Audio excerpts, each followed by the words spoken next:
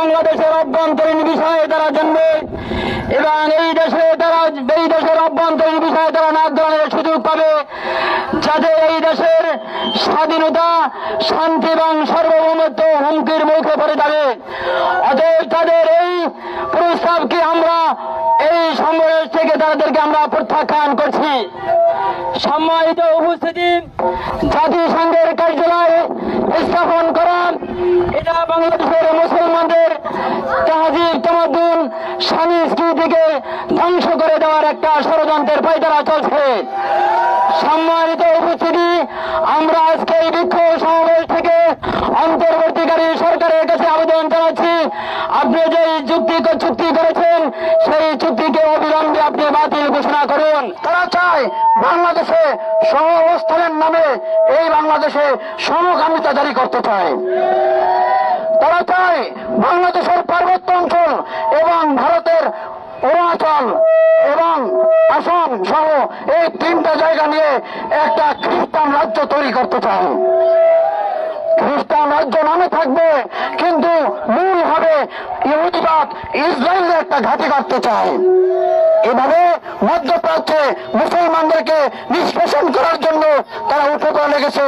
আজকে আমরা জমিয়ত উলামা ইসলামের এই গণসমাবেশ থেকে দায়িত্বহীন ভাষায় ঘোষণা করতে চাই, যদি ঢাকায় অবস্থিত জাতিসংঘের কার্যালয় গুটিয়ে আবার আমেরিকায় না পাঠানো হয়, তাহলে জমিয়ত উলামা ইসলাম আরো কঠোর কর্মসূচি দিতে বাধ্য হবে ইনশাআল্লাহ। আমরা শুনতে পেয়েছি বাংলাদেশের অন্তরে ঢাকাতে জাতিসংঘের মানবাধিকার সংস্থার এক অফিসের চুক্তি শেষ হয়েছে। প্রিয় উপস্থিতি, আমরা এই অফিসের তীব্র বিরোধিতা এবং এই অফিস করার যে সিদ্ধান্ত বা চুক্তি শেষ হয়েছে এটাকে স্থগিত করার জন্য আমাদের এই সংগ্রাম এবং আন্দোলন এবং মিছিল। কেন আমরা এর বিরোধিতা করছি? এর অন্যতম কারণ হল আমরা দেখতে পাচ্ছি সারা পৃথিবীর মধ্যে 200 কান্ট্রির মধ্যে মাত্র 16টা দেশের মধ্যে এই অফিসটা রয়েছে। আর যে 16টা কান্ট্রিতে অফিস রয়েছে সবগুলো কান্ট্রি অত্যন্ত যুদ্ধ কবলিত, অর্থনৈতিকভাবে, সামাজিকভাবে অত্যন্ত নিম্নমুখী।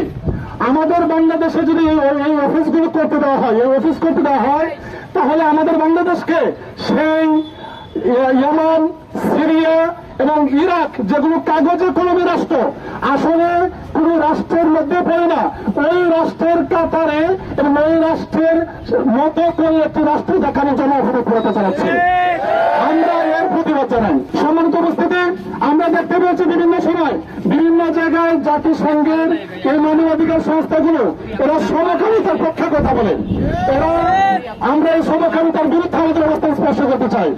আমরা দেখতে পেয়েছি এরা বলে 18 বছর যখন কমপ্লিট হয়ে যাবে কোনো বালক বালিকার, কোনো ছেলে মেয়ের, তখন বিবাহ প্রথার পক্ষে না, বরং 18 বছর পরে যে কোনো মানুষ যে কোনো লিঙ্গের দিকে আকৃষ্ট হয়ে তাদের কাম চরিতার্থ করতে পারে। আমরা এর তীব্র প্রতিবাদ এবং নিন্দা জানাই।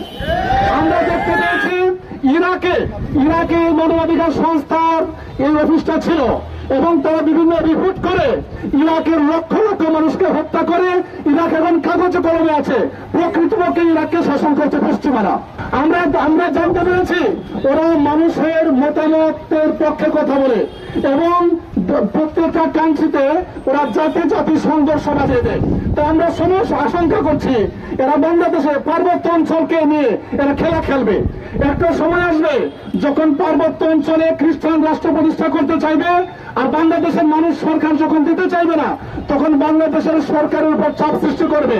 জাতিসংঘের মানবাধিকার কমিশনের কার্যালয় স্থাপনের চুক্তির প্রতিবাদে আজকে এই গণমিছিল ও সমাবেশের সভাপতি ও আজকে শুধু আমরা সরকারকে জানাই দিতে চাই, আমরা এই মানবাধিকার এই অফিস বাংলাদেশে আমরা চাই না।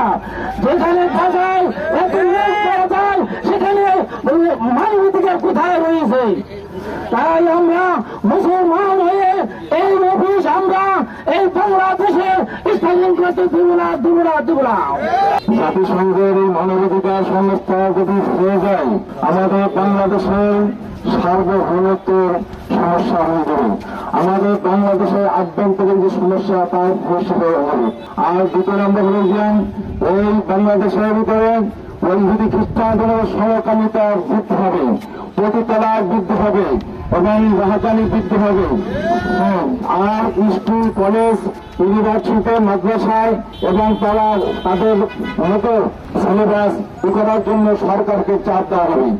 আমাদের দেশের ভিতরে চুরি, ডাকাতি, অন্যান্য কাজ যে একটা সাধারণ স্থানীয় স্টেপ না হলে যে বিচার হয়, এই বিচারগুলি হাতে দেওয়া হবে না। এই দেশে যেমন মৃত্যুদণ্ড দেওয়া হয়, মৃত্যুদণ্ড দিতে মিলে তারা আপত্তি দায়ের করে তারা সরকারকে চাপ দিবে। এই জন্য এই জাতিসংঘের মানবাধিকার সংস্থার এই ভিত্তি স্থাপন করার জন্য না হইতে পারে। এই জন্য আমাদের জোর দাবি এই অন্তর্বর্তী সরকারের কাছে, যেহেতু আমরা আজকে থেকে অঙ্গীকারবদ্ধ হতেছি যে যতদিন পর্যন্ত এই মানবাধিকার সংস্থার এই চুক্তি বাতিল না করা হবে, অদিন পর্যন্ত জমিয়তুল উলামা ইসলাম বাংলাদেশের স্থান প্রিয় মুসলমান তারা রাস্তা ছাড়বে না ইনশাআল্লাহ।